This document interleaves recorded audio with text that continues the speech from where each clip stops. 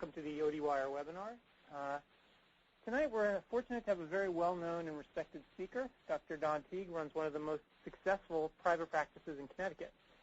He's an expert in sports division, and his patients include lots of well-known professional athletes. I think that if he could tell you, you'd recognize most of the names, and you'd be very familiar with them. But he also has a lot of high school and college athletes as well. And so what Don's going to talk to you about is sort of methods to build your practice by reaching out to teenage patients. This is sort of a segment of the market that I think a lot of people underestimate or tend to ignore. But these can actually be quite loyal patients, and they're quite enthusiastic. So Don is going to give you some techniques to try to build your teenage practice.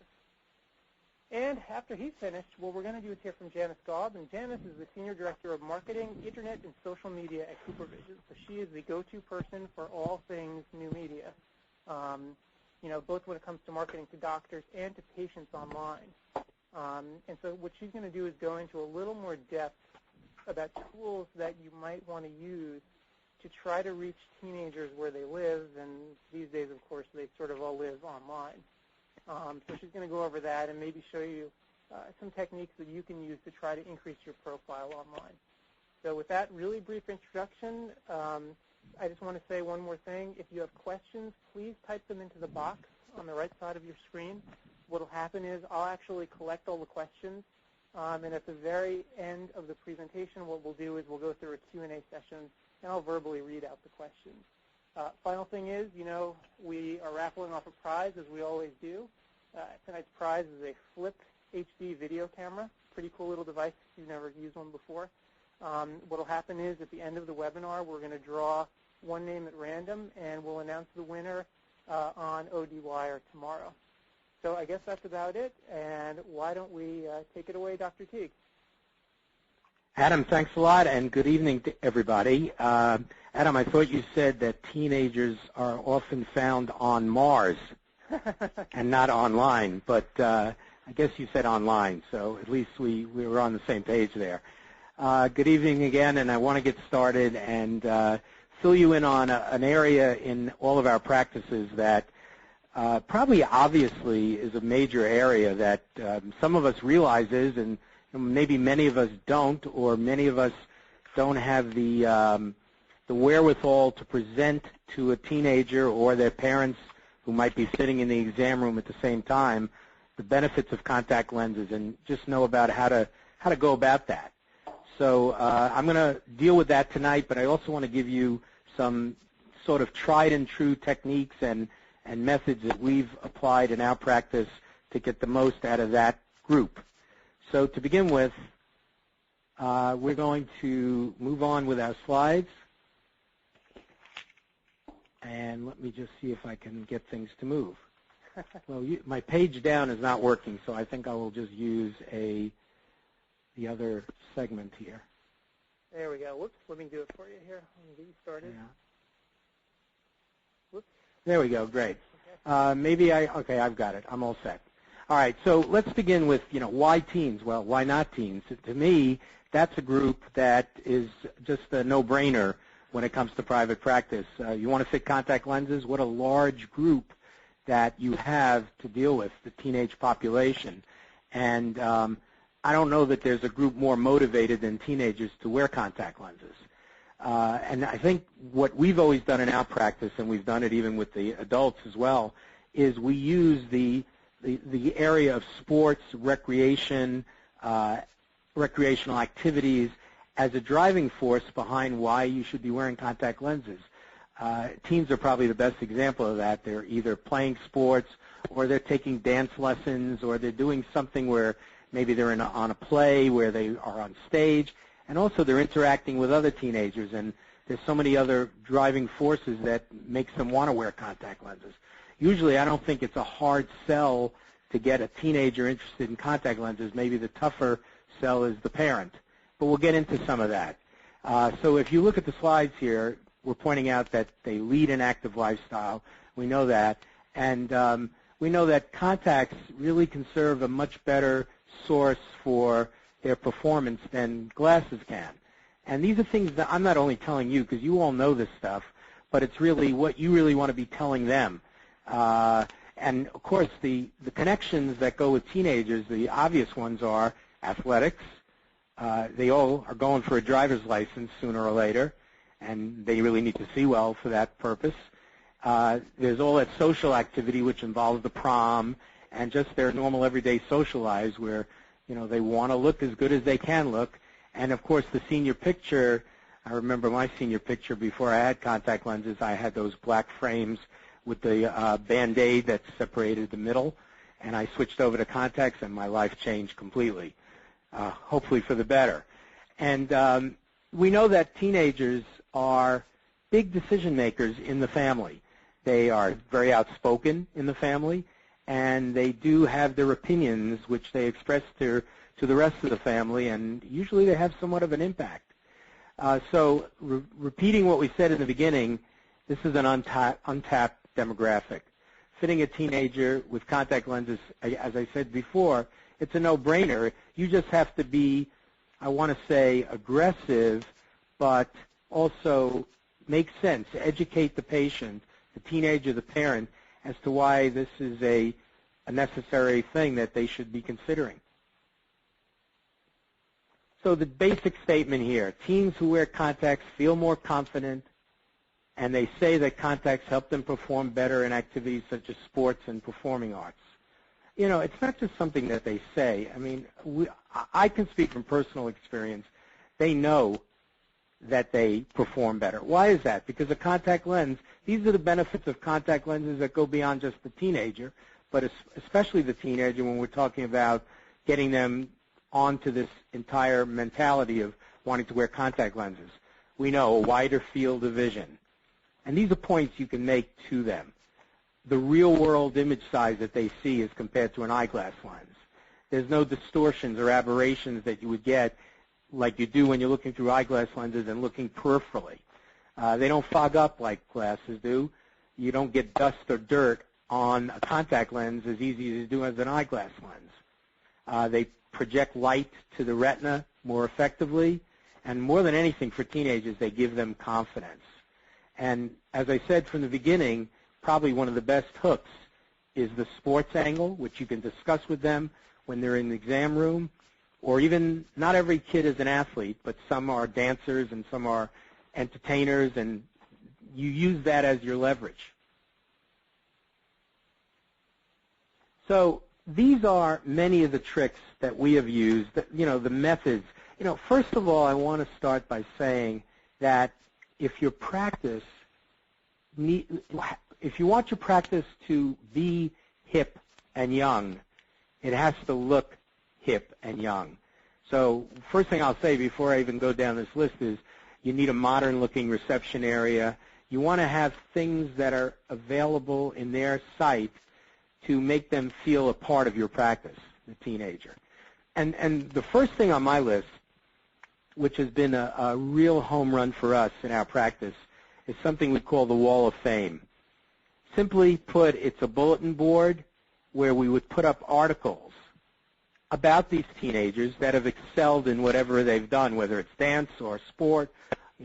A teenager hits a home run in a game, and it's in the local paper. We always put that in with their picture. And in our practice, one of the real nice advantages is that on that same Wall of Fame might be a picture of Derek Jeter or some professional athlete. Now, not all of you have professional athletes in your practice, but you may have had some type of an elite athlete, whether at a college level or just somebody who's competed, maybe an Olympian, somebody who's made a mark for themselves in your community, and they're on the Wall of Fame next to 14-year-old Tommy who hit a home run in his local high school baseball game. So the Wall of Fame is really a useful device in your practice, and a lot of times the kids who come in, they're very proud to see themselves there, or their friends come in and say, hey, I saw Tommy's picture on the Wall of Fame. That's very cool. So that's the number one thing. The second thing, I'm going to move ahead one slide. Let me see if I can do that myself. Nope, that's the wrong way. Here we go. So we developed a pamphlet, and it has on its front cover the words talent, strength, passion. And then it goes into, and unfortunately I can't show you the inside of the pamphlet from this one slide, but it discusses all the virtues of vision, how it affects athletic performance. And you see the terms depth perception, reaction time, eye-hand coordination. So it's good to have something that you can hand to the kid and to the parent to reinforce that this is what your practice is known for. And again, you're playing on that importance of athletic performance or entertainment performance or whatever in supporting their need for contact lenses. I'm going to go back to the slide we were on before. Teen magazines, that's an obvious. I mean, if you have magazines in your reception area, which you should have, there should be teenage magazines that they're interested in reading. Again, you're trying to create a theme, and it's not meant to exclude all other ages in your practice, but there just needs to be a flavor of teenage interest in your practice if you want them to become an active part of your practice. And one of the things I'm sure some of you have looked to do in the past is to sponsor teams.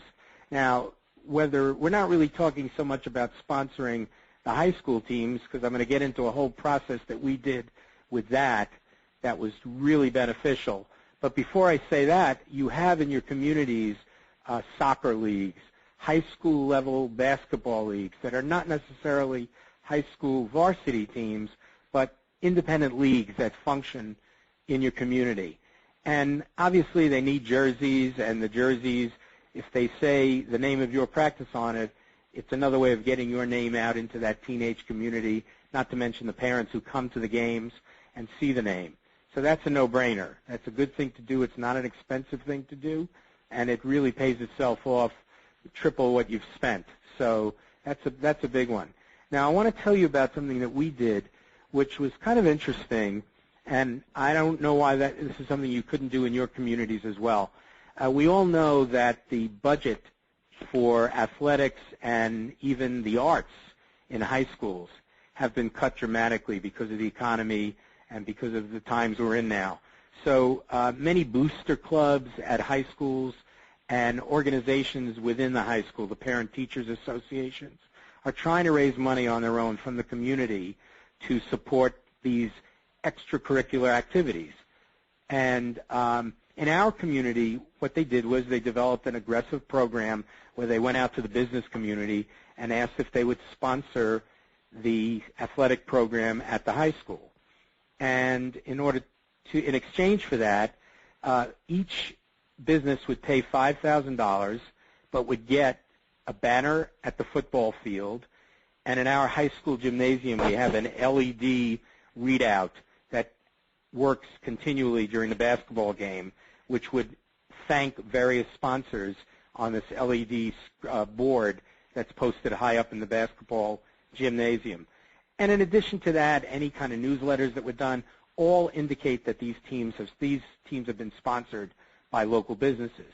So we took a slightly different approach. We said, we won't pay you $5,000. We'll pay you $2,500. But we'd also like to do this. We'd like to offer to the teams on the local high school level the opportunity for them to come to our offices and go through sports performance workups, which, frankly, are modified versions of what we normally do with an athlete that comes to our office. A typical sports performance workup in our office with an individual athlete can take up to 2 hours. These groups that came in, these teams that came in, were evaluated where we would use 6 people in our practice. Let's say 4 of the doctors and a couple of our vision therapy staff or sports training staff, or it can be your pre-screeners or somebody along that line to help us. So if we have 6 of our staff, we can take 6 athletes through this workup at a time. And the workup is a much more modified version. It might evaluate things like eye-hand coordination, timing, depth perception, contrast sensitivity, a variety of things that go a little bit beyond the acuity and the refractive possibilities. We'll do a quick objective refraction and an acuity. We may check for dominant eye. We may check for binocularity. We'll do a variety of tests. Perhaps it's 7 or 8 tests. And that's each athlete coming through 6 per half hour. You're done within 2-3 hours, and you do it individual. You pick out individual teams. You let the booster clubs and the high school indicate which teams they would like to send, and both sides, we and they, approve of it, and we run them through. The obvious advantage, they're in your office. They see what your office looks like. They take an interest in what you're doing. Perhaps there's some visual issues you find, and you very easily recommend, well, look, what we see here is that Billy is not seeing all that great. His right eye probably could use perhaps a contact lens, and we'll tell Billy or his parent that might be with him that it's time to let us give you one of our professional cards, and you can make an appointment for Billy, and we'll have you back and take this to another level. So it's a great way to generate patients that are teenage patients into your office by offering this performance workup. The schools love it because it doesn't cost them anything, and they know because you've made a reputation of promoting yourself as sort of an expert in the connection of vision and sports, that this is a good place for their athletes to be evaluated. So that's been a real blessing for our practice. It brings in a ton of teen patients, and from there we take it from there and make it work. The next thing on our list here is the 21st century, the social media world that we live in. There's Facebook, there's Twitter, there's blogging, things we didn't even talk about 5 years ago. But now they've become such an important part of teenagers' lives. They live on those Facebook pages. And one of the most popular things that's going on with Facebook is fan of. So, for example, we now have a fan of Ridgefield Family Eye Care as a Facebook page. And you can do the same thing with Twitter, and you can do blogging. And Janice, who is with us tonight from CooperVision, is going to go into a little more detail on how they will assist you in setting up a fan of your practice Facebook page. And, you know, one of the questions that gets asked, and it's a very valid one, is how do you prevent somebody from putting in a comment on the Facebook page that's a negative comment? And there's ways to block that out. So basically you can provide information, especially to teenagers, on contact lenses and what they need to know about their eyes and athletics. Whatever you want to put on that page, it can be educational and even be able to interact somewhat with them, but you can also weed out questions or comments that you don't want to. Taking it beyond that level, I know that many of you have now added websites to your practice. And it's great to have a website, and the nicer the website and the more interactive it is, the better. If you can have a website where patients can download their appointment forms, their questionnaires, you know, those are all great perks. But what we try and do is we have a newsletter on our website, and that newsletter changes every month. We sometimes add little brief stories that can change every week or two, and it's a perfect place to do some contact lens and teenage commentary that can be really worthwhile. And you can also link your website to your Facebook page, so they can click at your Facebook fan of page to your website and take them to the website. So, I mean, as far as I'm concerned, these are some pearls that, if nothing else tonight, if you take those ideas home with you, I think they can be very helpful to really getting that image of the fact that your practice is interested in the teenage population and is willing to really deal with their needs in the contact lens world.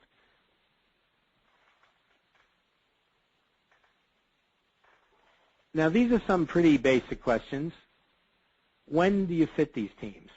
And I will tell you, in our practice, unlike some practices, the topic of contact lenses comes up immediately.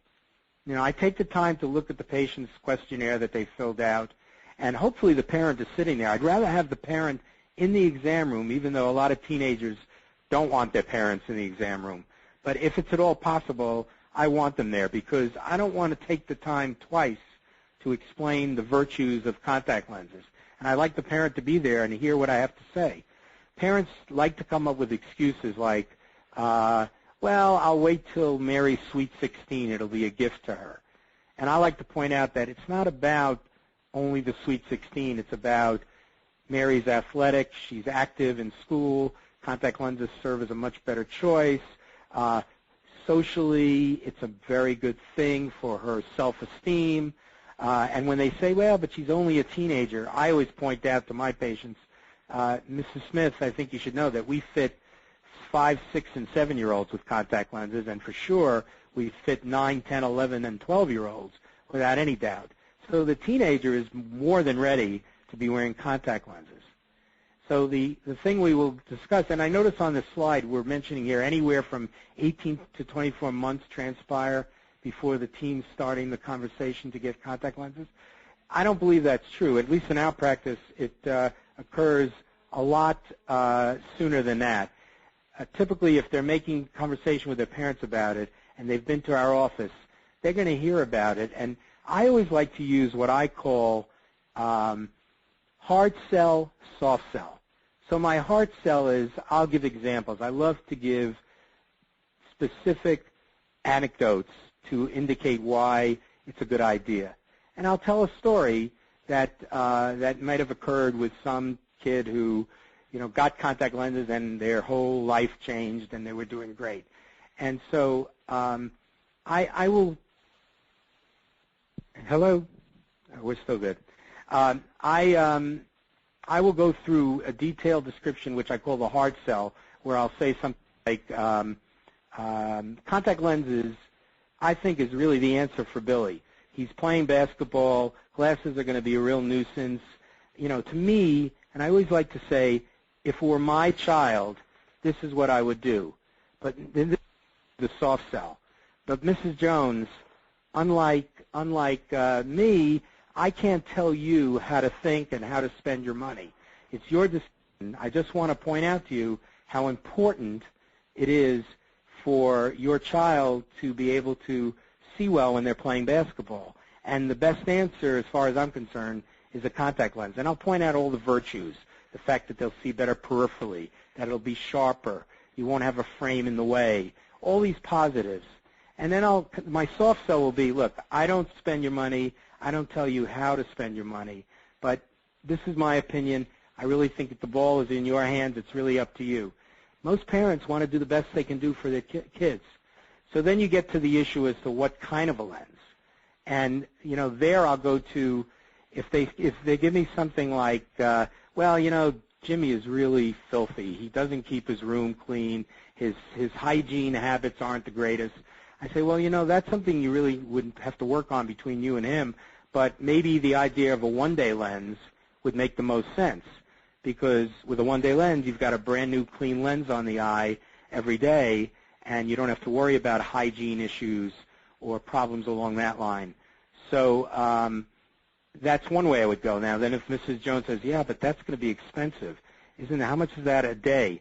And I'll say, really it amounts to about $1 a day. But the big selling point, Mrs. Jones, is it's not really the cost per se, because one of the great things about the contact lens companies and CooperVision is that they offer rebates for us. So if you were to buy a year's supply of their ClearSight one-day lens and it costs you, pick a number, $500, you're going to get a rebate of $100 or $60 or whatever it is, and that number comes down. So really the numbers are not that high. And then the other factor is that with a one-day lens, you're not dealing with any kind of purchases of solutions for disinfecting. And that can mount up over a year. And when you throw that into the mix, you're really saving money by going to a one-day lens. I really like the one-day lens, too, because if Jimmy's playing basketball, he can just wear that lens if he wants to, just to play basketball. And when the game's over, he can toss the lens and have a brand new lens the next day. So I'm a big fan of that type of lens.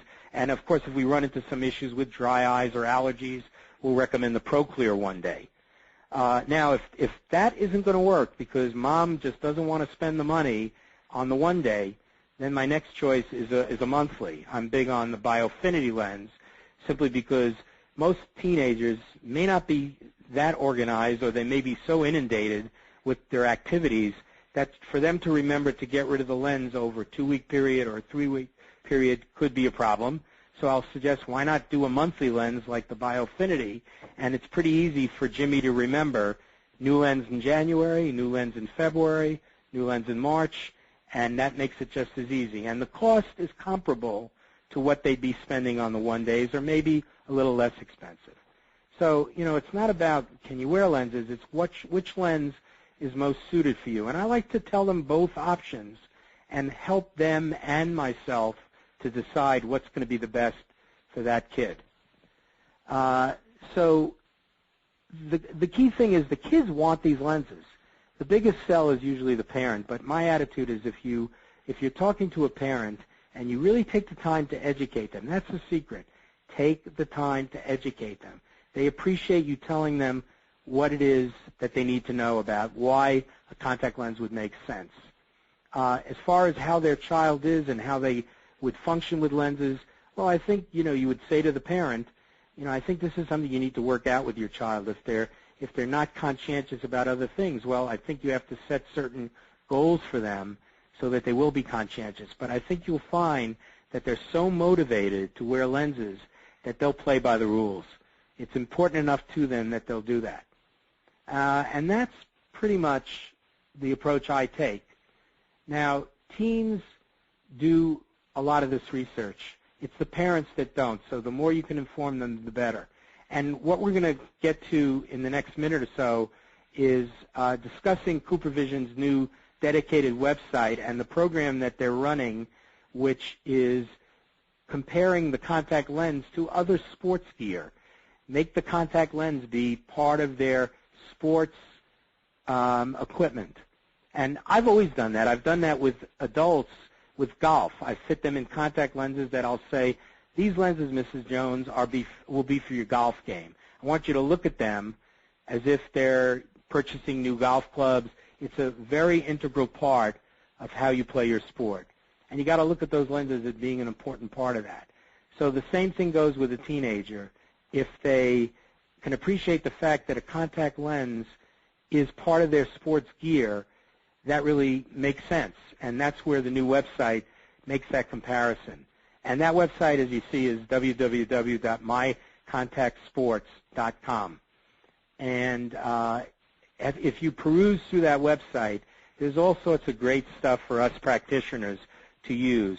There's actually a great referral source. If your name is on that CooperVision list of practitioners, the parent or the teenager can click on it, find out who's in their area that's fitting CooperVision lenses. There's all sorts of suggestions on contact lens wear, the value of the contact lens as it relates to sports, and of course there's this contest that's going on where there's the opportunity for them to win $2,500 of gear and equipment. And Janice from CooperVision will be going through all of the details on that.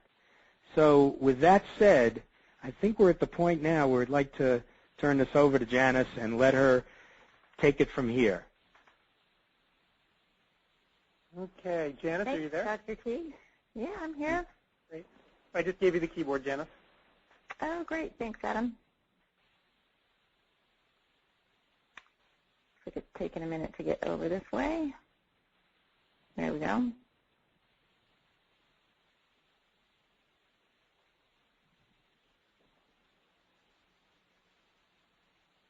Well, on behalf of CooperVision, I'd like to thank everyone for taking a little time out of their evening tonight to listen to Dr. Teig talk about how he builds and has built his practice with the teen segment of contact lens wearers.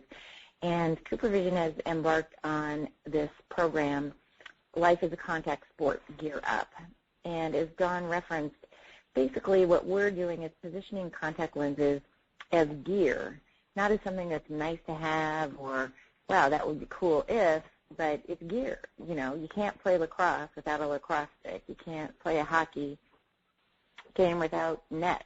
So, you know, if you require corrective lenses, then your game is severely impaired if you aren't wearing those lenses when you're playing.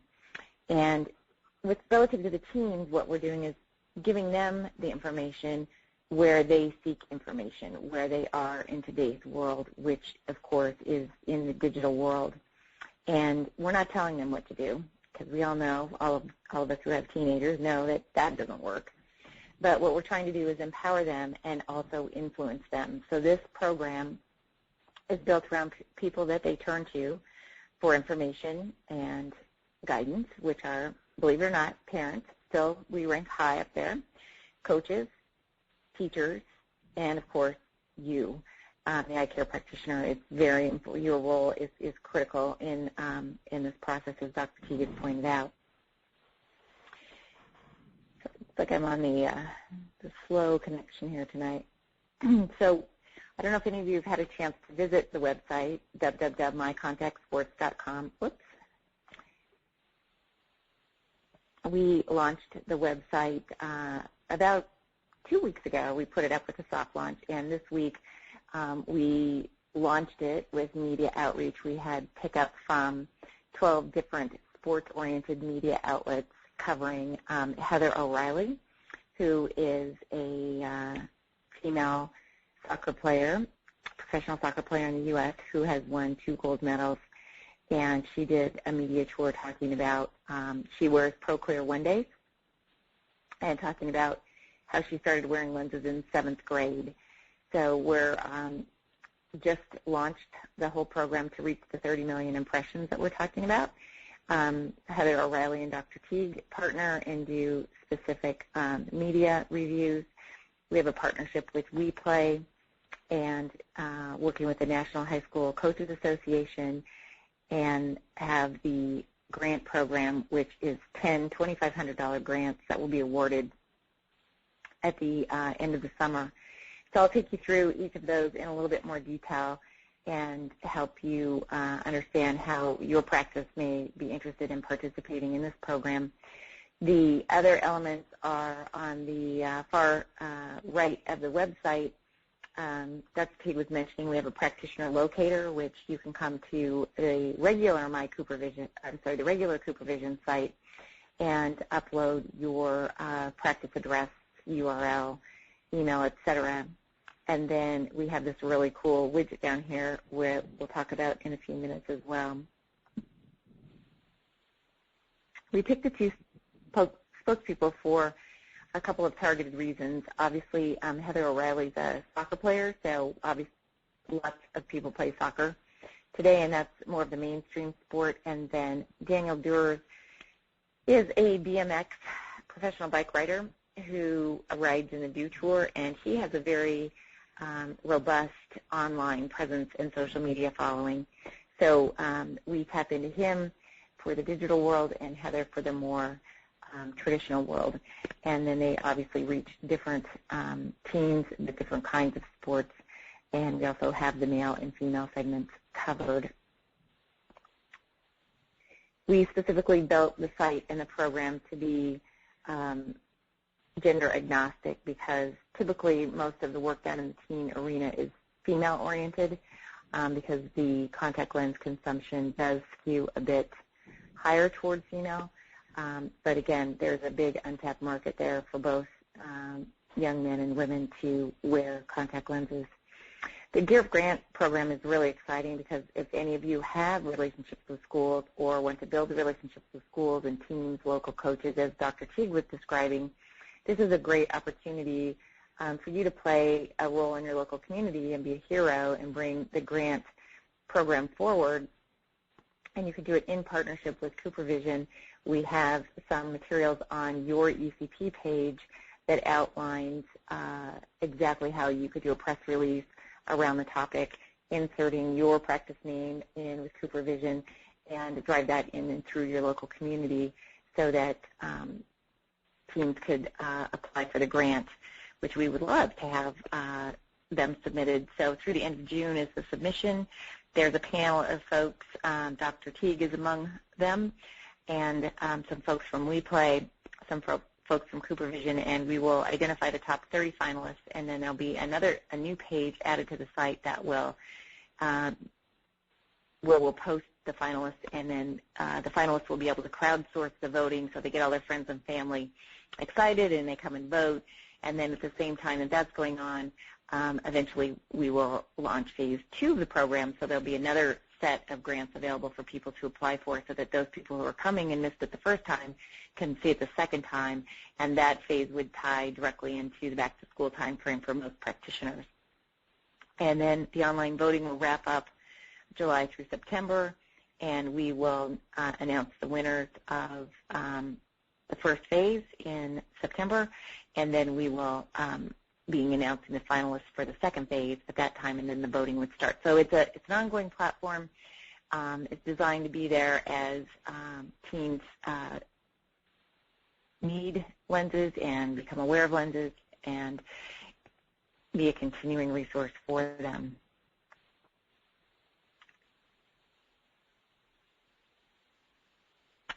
I'm afraid to click the button. Oh, there we go. So also on the site, we have a lot of information for parents written in parental language. And if you see, there's a little thumbnail of Dr. Teig down there in the lower right corner, just with a quote reassuring them that this is a good practice for their teens. Then, of course, on the right-hand side of the page, we have a page written for teens talking about the different types of lenses, the Gear Up grants, talking about how to reach their parents, and also there's a little blurb in there about the value and how many hours you might need to babysit.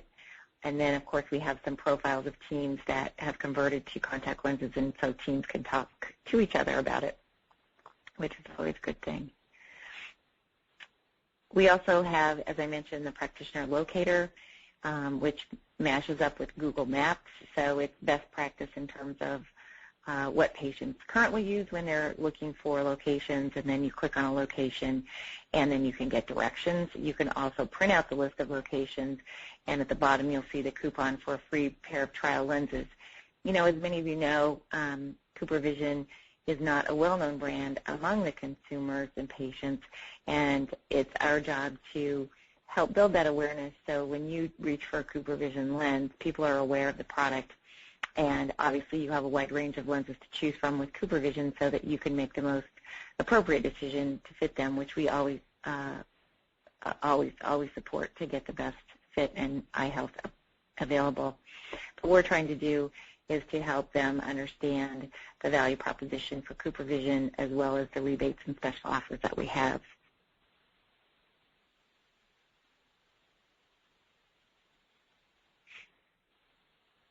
Probably one of the most important pages that you'll find on the site is on the home page at the top of the mycontactsports.com page is a button that says Practitioner Site.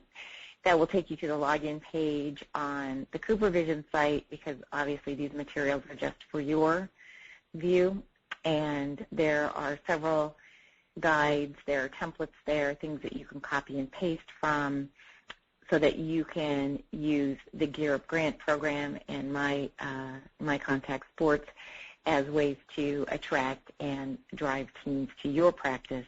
Because what we want to do is provide an overlay, which we've done with the overarching teen campaign, and our underlying platform is social media. And so if you don't want to engage in social media, that's fine. In this page, you'll find traditional tools like postcards and in-office point-of-sale material and things like that that can be ordered. But you'll also find guides for press releases, social media guides.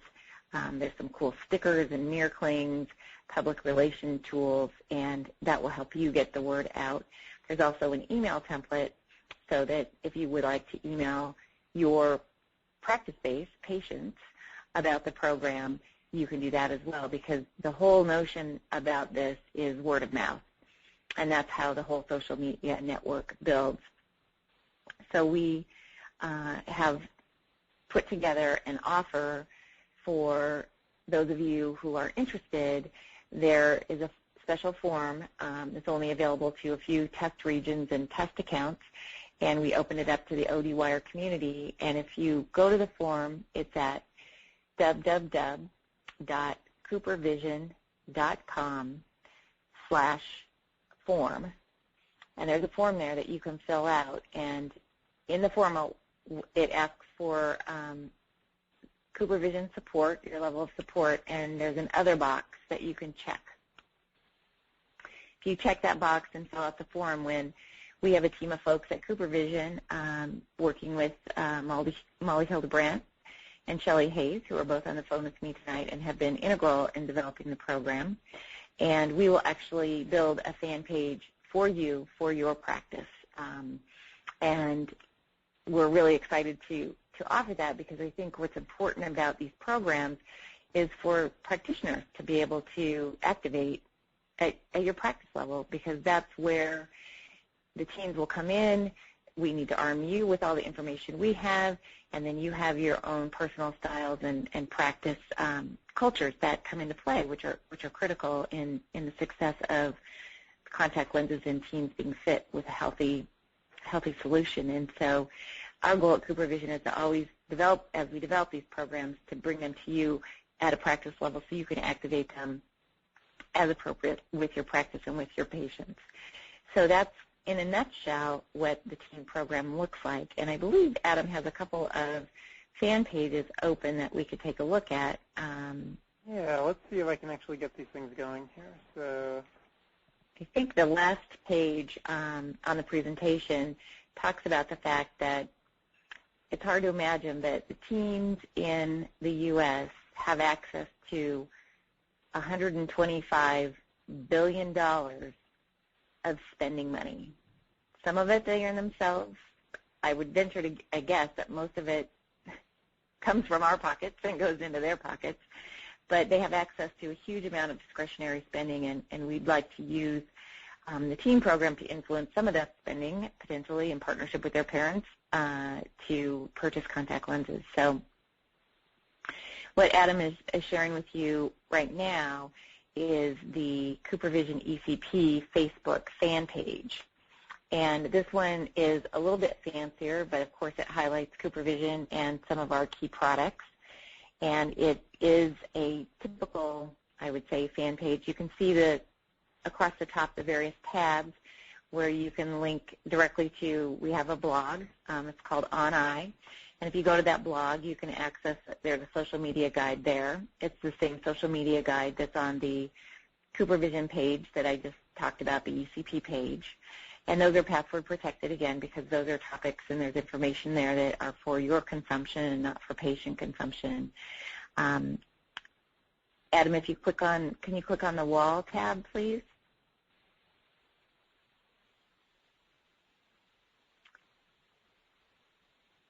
So as you can see here, this is the wall, which you typically see, and at the top it has a like with a thumbs up. That's the new version of the fan page. About a week or two ago, Facebook changed from having fan pages to having people like certain brands, and now they're taking that strategy and pushing it out all across the World Wide Web.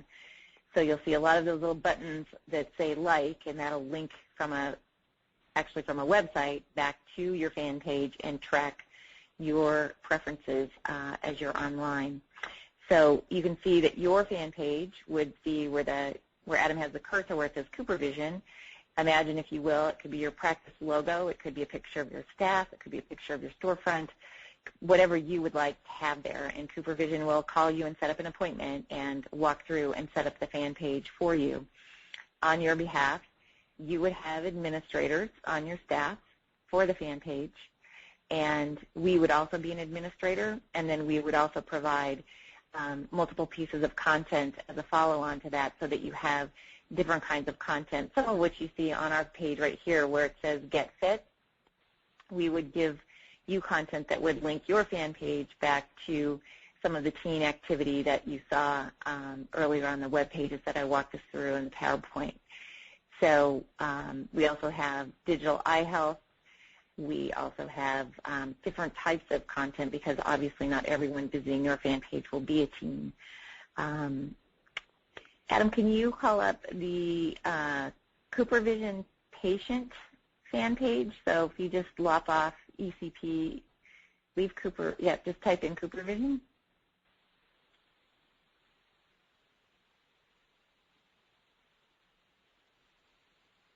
So this is our CooperVision fan page that is patient-facing, and this is the welcome message that you see because Adam has not been to this page before, but I'm certain he'll be frequenting it a lot.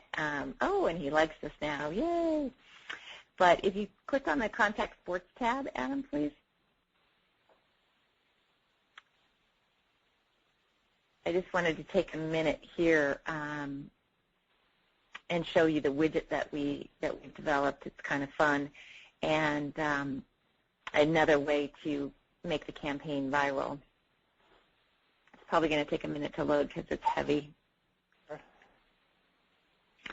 The widget is based off of the eye chart that obviously you all use every day in your practice, and you can type in, it's like a mini text message. It's got 36 characters, and so when this comes up on Adam's Facebook page, he can type in a message on the widget and send it to anybody in his Facebook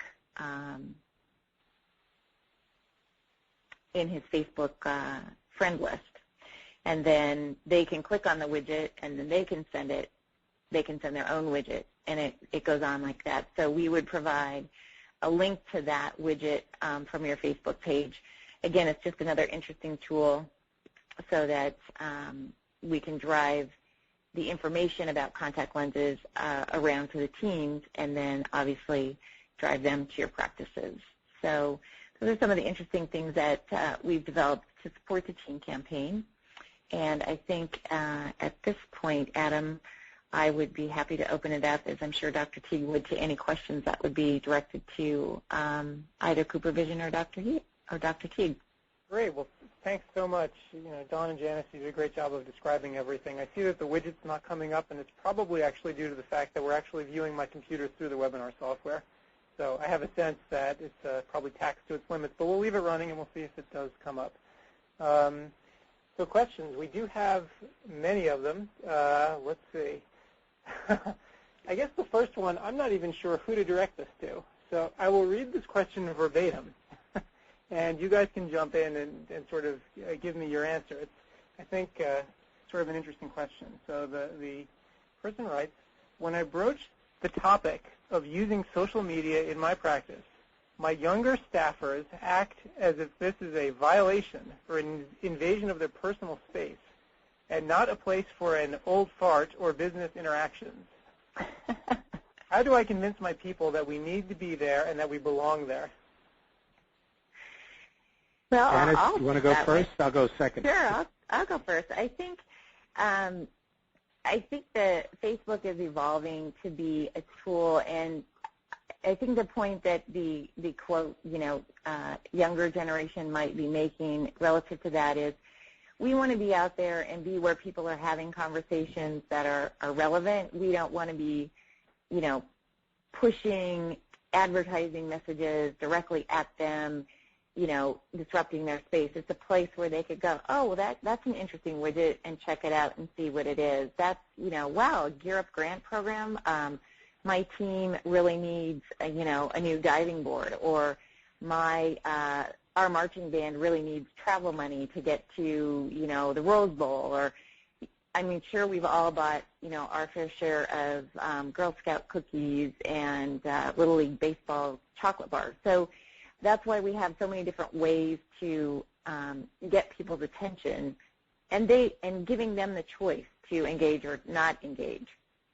And the social media space allows you to create relationships with those patients and your practice. And makes, still doctors are, very highly esteemed professionals. And it's nice to know that they're human beings and that they run a marathon on the weekend, or they raised money for a cause, or they traveled somewhere and helped do eye exams, or that they train seeing eye dogs to help the blind. There are a host of subject matter in your practices that your patients would be interested in learning about you and your staff.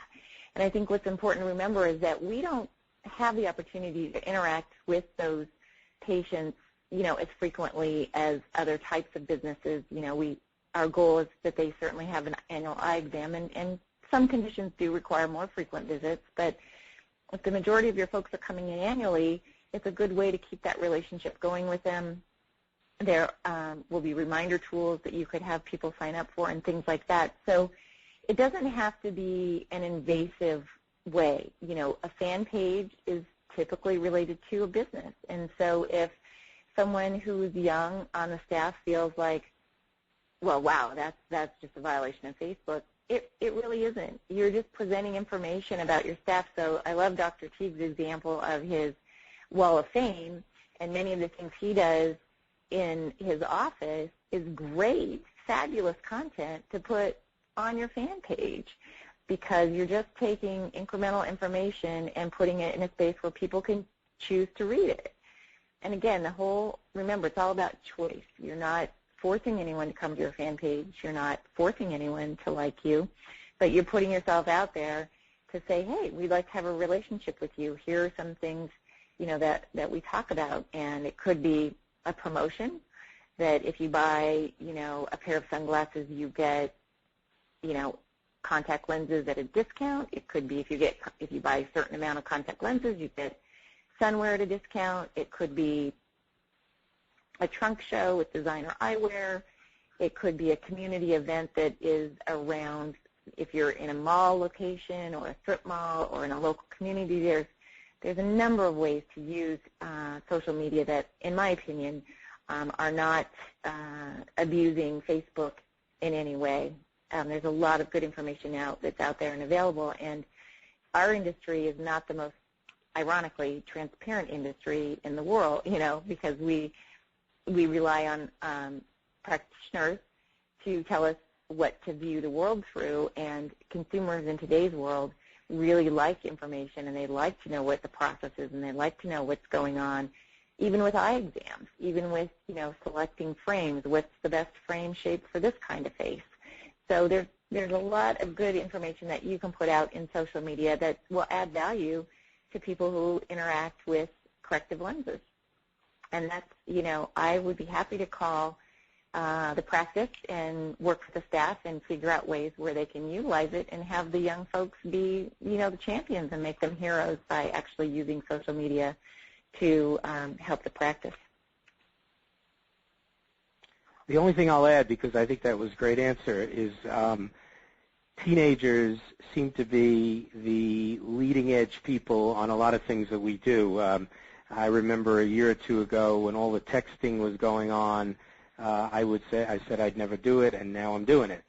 And I think the same thing happened with Facebook. A lot of my contemporaries, who are definitely not teenagers, are now on Facebook. And I immediately discovered when I got involved with that it is about, as a business, being a Facebook, having a fan page. A fan page is a lot different than your personal page. And that's the differentiation. And as Janice says, it's a great way to get the word out there to a group that you're trying to target, which are teenagers who are living on Facebook. Right. Great. I think that kind of gives a pretty good overview, and I'm trying to, as you guys were actually talking about that, another person brought up about if you get negative comments on your Facebook wall, how much time am I going to have to take to go in and look at my wall every day and get rid of these negative comments? Is it something that requires a staff member to do? Is it something that's easy to do? Can you give us any insight into that? Janice, you better take that one. I'm new to this. The negative posts are always, you know, it's fear of the unknown. We don't know what people will say. But again, just reflecting back on the last question about, you know, the more useful side of the patient base who would be using Facebook, they want that transparency. They want that honesty. So my opinion is, will you get negative, you know, posts? I would say it's possible because, you know, we're not perfect. But, again, my experience with professionals is the customer service levels that you all practice is very high. You know, it's extremely high. You manage expectations. And so the odds of a really bad post happening, they're there, but the whole way you practice is obviously in your favor. if a negative post comes up and it's truly just a legitimate gripe, I waited for 30 minutes for Dr. Teig to show up today, and I just didn't have time to wait today, and boy, that really just set me off. And, that's the kind of post. It's like a rant, right? And so if you're in Dr. Teig's office, your staff member is going to write a comment, we apologize. We are so sorry. Dr. Teig was caught in traffic. We got, whatever the honest response is, brief but honest.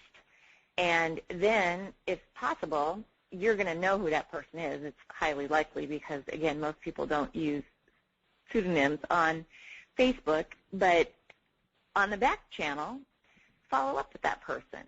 Call them up. Send them a Starbucks card. Thank them for their business. And you'll be surprised what a loyal customer that person will actually become, because they're having those conversations right now today. They may not be on Facebook, but they're having them, and we're not able to correct them or to right the ship. So it actually gives you the opportunity to make it right and actually turn that person into a loyal patient as opposed to losing them. With respect to time from a staff member or yourself, I think you decide you're going to make a commitment, and again, it's a slow process. It's very authentic. It's from the ground up. So make a commitment, and I would stick with it for 90 to 120 days to see, hey, how is this working? What's going on? Because set it up with a staff member or yourself to say, you know what, we're going to check this, and I would recommend that you check it at least once every business day. I think it's a best practice to make sure that you're getting back to people inside of 24 hours, and you would state that on your wall, and set a time that someone in the office or yourself, I'm going to check it every morning from 8:15 to 8:30 while I have a cup of coffee and get my day readied. And then if it grows over time, grow the appropriate amount of checks. So it doesn't have to be an enormous commitment. I think you have to manage it. If you just go sit down, and Facebook is designed to draw you in by the connections in your profiles, like all these people I went to high school with, college with, business school, Cooper Vision, now all the vision academies and associations will pop up. And it's designed to draw you in. It's designed to make those connections. So it's easy to get lost in there, but if you say, to yourself or to your staff members who are doing it, this is a 15-minute, this is a 20-minute, this is a 30-minute assignment, and what are the measures that you want to take from it? So I would measure how many new fans do we have? Are we looking for referrals? Do we have posts? What are the comments? And just start using that. Use it as information, a topic at the staff meeting, and say, okay, who's done something interesting? We're going to showcase somebody, on the staff that they did a special event or something for the community, anything that might be, interesting to build preference for your practice. And remember that on average, each person on Facebook has 130 friends. And so if you have 10 fans, you've just reached 1,300 people for whatever investment you make from a staffing perspective to drive the content. So that's kind of how I would think about it. Great. And I would just like to actually add, as someone who's, for better or worse, run a fairly large social network now for about 8 years, that one thing that you really shouldn't be scared of, we have advertisers on ODwire, as you all know, and some potential advertisers approach me and say, well, what if people say bad things about us? What can we do? And my stock answer is always, people will always say bad things about you. It just is the nature of the beast. But if you're on the community and you're engaged, at the very least, you can give a response and defend yourself and sort of control what's going on.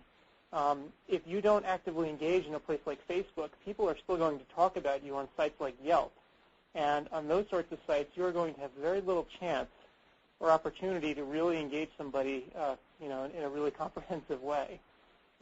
So I would say that your best bet is to probably go onto something like Facebook and really be proactive in setting up your profile and making sure that you can sort of take control of your own image online, because if you don't, someone else will do it for you.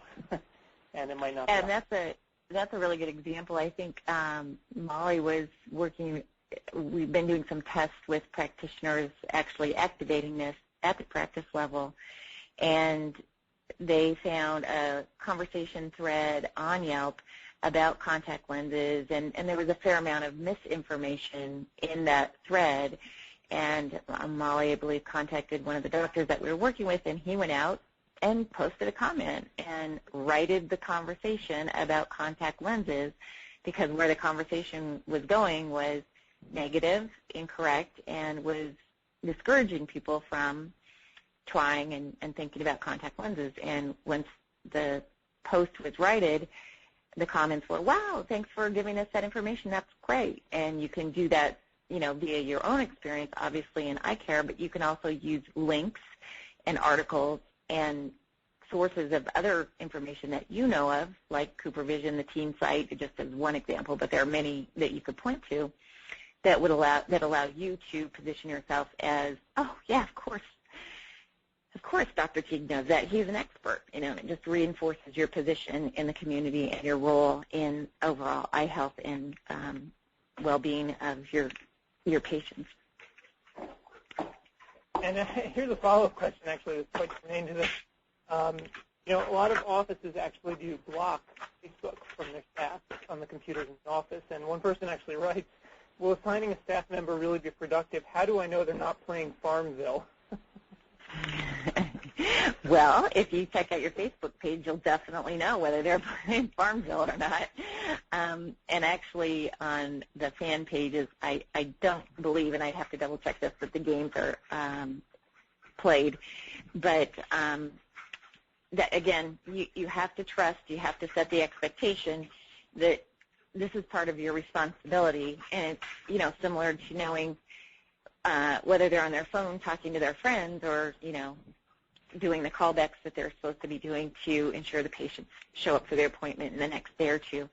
And obviously there's different, you can hear them on the phone to know if they're chatting with the appropriate person, but, it's a new world, and set the expectation and manage it, set your checkpoints to determine just how you would check in to know that they're doing whatever parts of their jobs they're supposed to be doing properly, to ensure that they're not just playing games when they're supposed to be posting and working on the fan page. Right. Here's an interesting question for Dr. Teig. So if you have adult patients who are already wearing contact lenses and they have teenagers who are now interested in getting lenses as well, do you find that selling the parents on the idea is actually much easier than a parent who's completely unfamiliar with contact lenses? Do you find it's about the same, or do you find it's more difficult? I think the straight answer to that is it's much easier. I mean, it's always easier when the parent is sitting there who wears contact lenses. And many of them, when they were kids, they wanted them.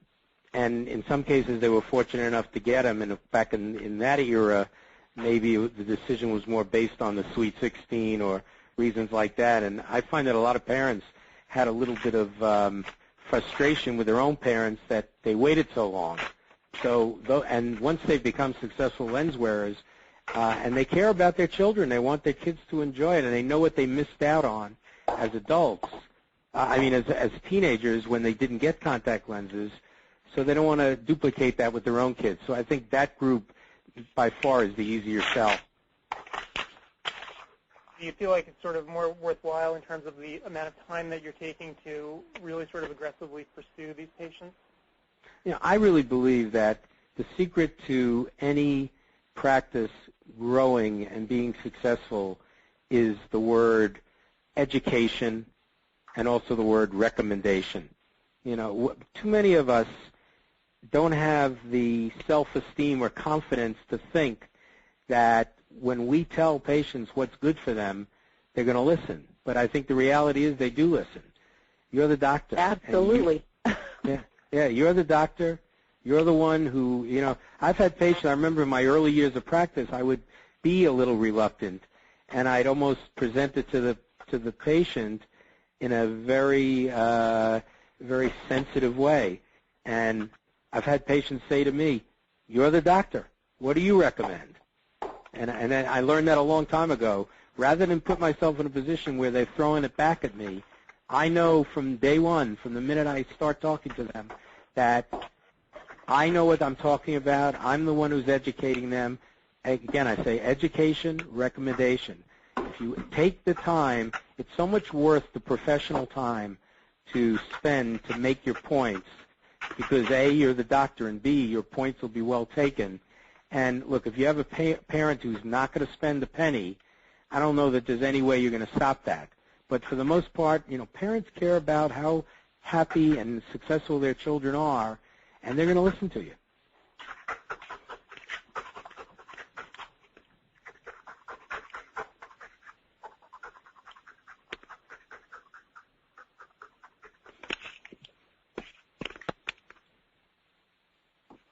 Okay. Everyone there? Yep. Yep.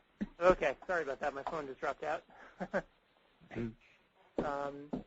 I guess the next question that we have on the list, and Janice, this one actually was directed towards you. Can you give that URL again to sign up? Oh, sure. Happy to. And I believe Adam will send this out as well in an email to those of you in attendance. It is www.coopervision.com/form, F-O-R-M. Great. Okay, yeah, and actually we will be sending follow-up email, and we're going to be posting all of this information on ODwire at the conclusion of the webinar, along with the discussion thread, where if you have more questions, you can actually come and we can keep discussing this topic. Next question on the list, this one actually is a very controversial one for Don. I love controversy. Okay, so here's a controversial one, and this has to do with contact lens fitting fees. On ODwire, people constantly are going back and forth about the best model. How do you actually do this? So sort of in sort of a broad overview, how do you charge the fitting fee? Do you bundle everything together? Do you charge once? How does that work? Okay, and that's pretty, I don't think that's so controversial. To me, it's pretty straightforward. I've always believed that we as professionals are providing a professional service, and that's where by far the emphasis is on my fees. So, the way we do it is a patient will come in, we'll do our general examination. If at that time we determine that they are candidates for contact lenses, the way we schedule things, I don't like to feel pressured and rushed to fit it into a time slot. So we will then reschedule what we will call a contact lens workup. So they're paying an exam fee. If they've never worn lenses before, they're strictly paying that exam fee. If they've worn previous lenses, there'll be a contact lens evaluation fee of the previous lenses. Now we move on to the next day or whenever that next appointment is scheduled to pursue the contact lenses. And I also like the idea of that second appointment for the reason is that rather than put them in a position where they have to decide right then and there, is this going to work, is it not going to work, do I really want to do it, I love to say to them, okay, it looks to me like you'd be a great candidate for contacts, but there's a couple of things we need to know. We want to look at your topographies of your cornea. We want to make sure that your tears are efficient, that your lids are not too sensitive or tight, and we want to see what kind of lens is going to work really best for you. So at very least, let's set up a contact lens workup. And during that evaluation, during the next visit, we'll get an answer to all those questions, and then we'll decide if we're going to move ahead or not. And then there'll be a fee for that visit, which usually is bundled in. If the patient is going to proceed with lenses, then they will pay a global fee that includes that follow-up visit, that contact lens evaluation visit, and then their instructional visit on the day that the lenses are delivered to them and they're taught how to put them in and take them out. And as the doctor, you will then see them on that patient that day. And then follow-up visits are all included in a global fee. If they don't proceed with lenses on the day of the contact lens workup, then there'll be no fitting involved as well, so there'll be a much lesser fee for that contact lens workup. I won't quote exact fees, but I can give you ballparks. For us, ballpark, let's say that fee that concludes with no contact lens fitting to follow might be anywhere from, let's say, $60 to $100. I'll give you a ballpark. If they're going to proceed with a lens fitting and it's going to happen, the fee would be more like, let's say, $200 to $300, in that range. And that's professional fee. Okay? And then cost of materials will depend on quantity. And, of course, with the rebates, we're very big on, the rebates are great for promoting annual purchase, where they're not coming back every 3 months or going somewhere else to get further lenses. The rebate is a great driving force for keeping them in your office and having them purchase a year's supply, and because they save money by doing that. So that's the way I break down the fees. Right. And I'm sort of curious, do you have a sense of what percentage of people actually go for the one-year supply? Yeah, in our practice it's very high because of the rebates. Right. And I have to say that that's a tough question if you asked 100 different doctors from 100 different locations based on the socioeconomic environment that they're in. We're in a very affluent area, and people also listen to us. I mean, I think you as a doctor, you have so much control to explain to people, educate them why it's more worthwhile to have that annual purchase because of all the rebates involved, that we get a very high percentage of people that do it. Great. And Adam, I think the industry percentage penetration for annual supplies is it's actually pretty low. I want to say it's it's no higher than like 12%. And often when we ask practitioners what percentages it is, they'll report much higher. But if you actually look at what's sold, it's much lower on a one-time annual supply purchase, like buying it all at once. Right. Interesting. Great. Well, I guess the next question is sort of a very concrete and practical question. How do you make those initial contacts with the coaches to get into the sort of teen and sports market, in your community? How did you actually do it? Well, I did it the total opposite way from the way most people do it. When I started doing work with sports, very little was being done at all. And I took the complete and I'm not saying this is the way I would recommend it, and I will tell you how I would recommend it. But I went to the major leagues. What I did was I created a whole program of testing and training that involves specialized equipment. And once I had that equipment and had a proposal, the way I did it, I went to Major League Baseball the first time around, and I was able to get, at that time, a contact lens company to sponsor me to do it. So, frankly, the major league teams had nothing to lose. I was being paid by the contact lens company to go to 6 Major League Baseball camps during spring training, and the reason it was 6 because at the time I was in solo practice. Now there's 4 of us in the practice, but originally I was a solo practitioner and didn't really want to take too much time away from my office. So we decided to spend 5 or 6 days traveling through Florida and saw 3 teams on the east coast of Florida and 3 on the west coast during spring training. And all of my fees for doing that were paid by the contact lens company. But I had some very innovative equipment, and the teams really ate it up. And once I got in the door there, they wanted me back, and they were willing to pay me. And then from there, the word got out to other sports. Trainers are the best source of getting into teams. Even the high school level, there are athletic trainers now on the high school level. But I went to the pros and then worked my way down to the high school. Having the pros under my belt, it was very easy to go to the high school and say, well, as the team doctor for the New York Yankees, I'd like to come in and work with your baseball team at the high school. And they were begging me to do it. Now, the way I would suggest it to most people, because not everybody's going to get in on that type of approach, is, first of all, in your practice, you'll have people that somehow are connected up with the high school. They could be in a booster club. They could be a coach. They could be a trainer. They could be an athlete. If you don't, the old saying is, if you don't ask, you don't find out. So you want to ask those people. Tell them what you can do that's unique and special.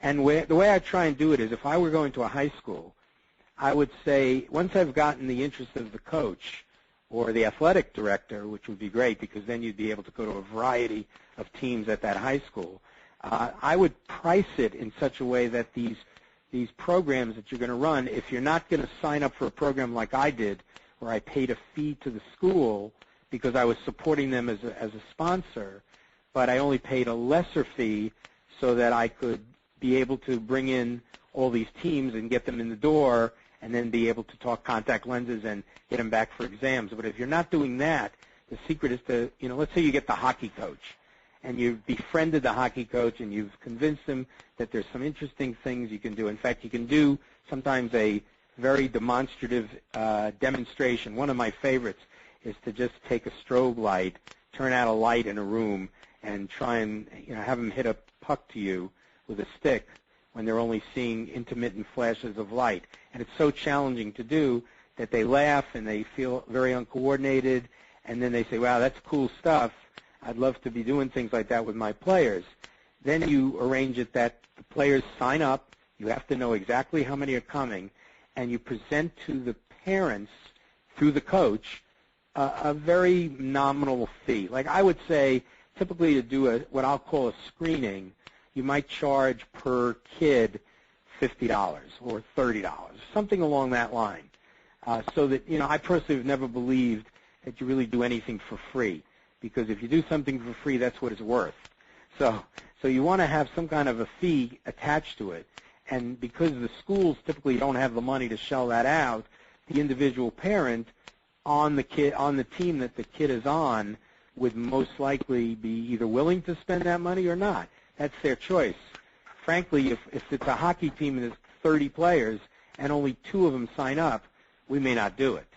So we try and encourage as many people on the team and know in advance how many have signed up before we agree to do it. But that's the way to do it.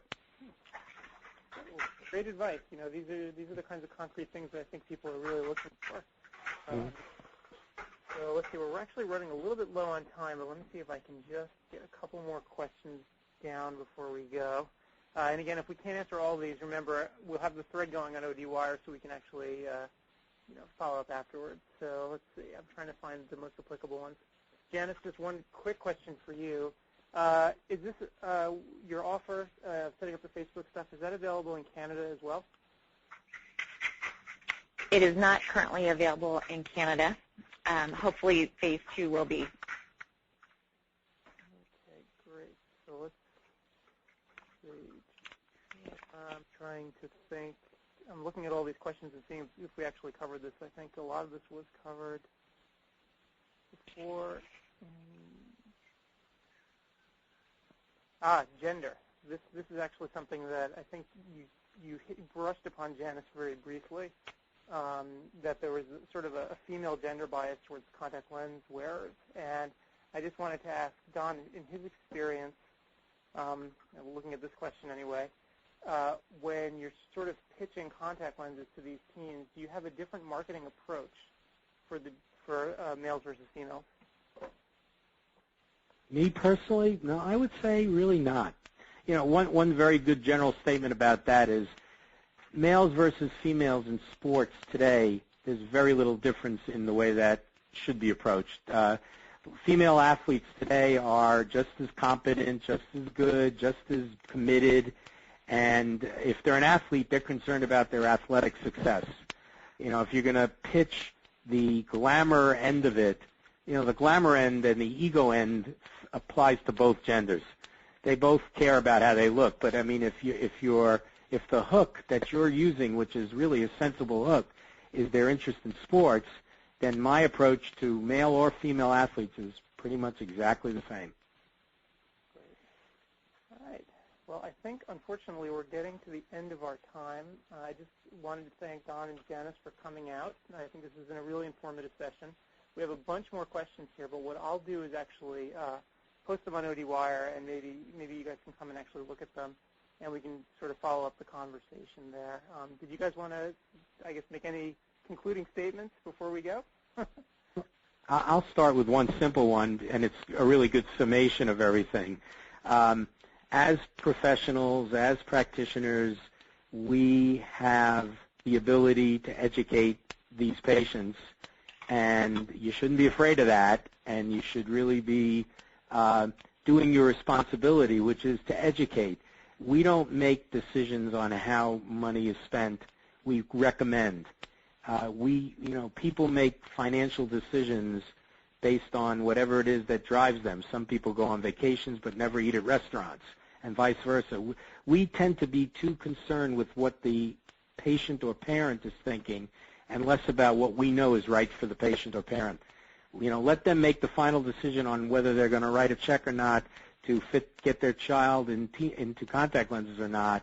But it's our responsibility to tell the story like it should be told and let them make the call. Thanks, Don. This has been great, and really appreciate all of you taking time out of your personal evening to hear about fitting teens and the teen program, and just welcome you to partner with CooperVision. Fill out the form, and we would love to get you up on social media if that's right for your practice.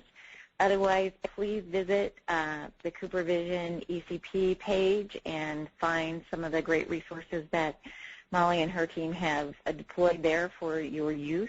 I call it a journey. I invite everyone to take a step in the social media journey with us, and we'll do it in partnership with you to help you build your practice. So I look forward to more questions on ODwire tomorrow. Great. Well, thanks again, Dawn, Janice, and mostly I have to actually thank CooperVision as well. Without Cooper's support, we wouldn't actually be able to provide this webinar series. So thank you so much. And I guess we'll see you guys on ODwire. Thanks, Adam. Thanks, Adam. Good night, everybody.